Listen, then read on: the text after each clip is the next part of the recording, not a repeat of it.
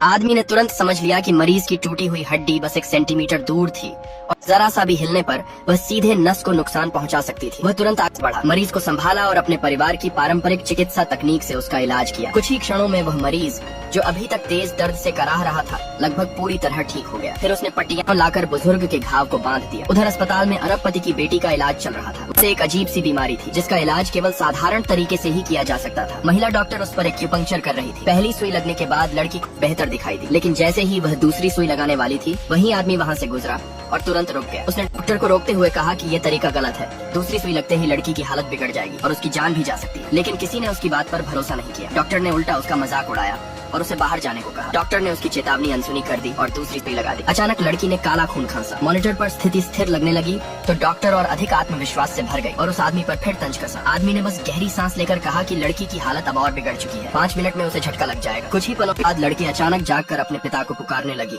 जिससे डॉक्टर और भी संतुष्ट हो गए। लेकिन अगले ही क्षण लड़की को भयंकर दौरा पड़ा। वह तड़प कर बेहोश हो गई। अरबपति गुस्से में डॉक्टर पर चिल्लाया। डॉक्टर को भी महसूस हुआ कि मामला हाथ से निकल रहा है। मशीन ने दिखाया कि लड़की की सांसें थम चुकी थी। तभी अरबपति को उस आदमी की बात याद आई। वह तुरंत उसके सामने गिर पड़ा और विनती की कि वह एक बार कोशिश करे। आदमी आगे आया, अपनी जीवन ऊर्जा से 3 स्वर्ण सुइयां बनाई और दूर से ही लड़की के शरीर में प्रविष्ट करा दी। कुछ ही सेकंड में लड़की ने फिर से सांस लेना शुरू कर दिया। ये देखकर सभी उसकी चिकित्सा कला से दंग रह गए। नेक्स्ट पार्ट के लिए सब्सक्राइब कर।